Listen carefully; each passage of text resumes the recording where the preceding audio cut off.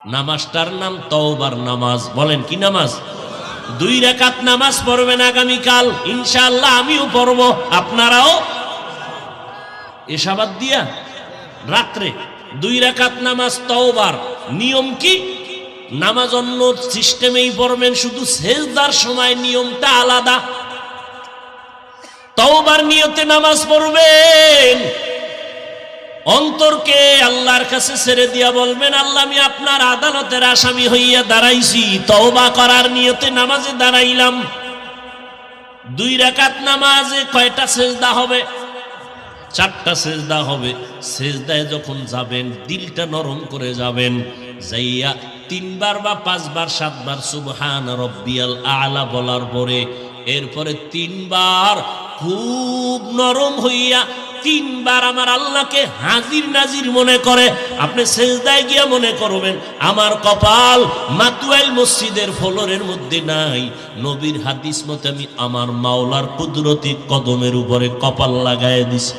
এইবার আল্লাহকে হাজির নাজির জানিয়া একা একা নির্জনে বলবেন 3 বার। কয়বার? তাসবিহ পড়ার পরে ইয়া রাব্বি গফিরলি, ইয়া রাব্বি গফিরলি, ইয়া রাব্বি গফিরলি, ও রব আমাকে মাফ করে দাও।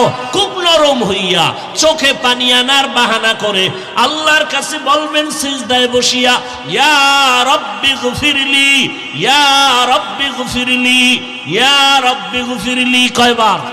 3 বার। প্রত্যেক সেজদায় শেষে 3 বার করিয়া এভাবে 2 রাকাত নামাজ পড়বেন।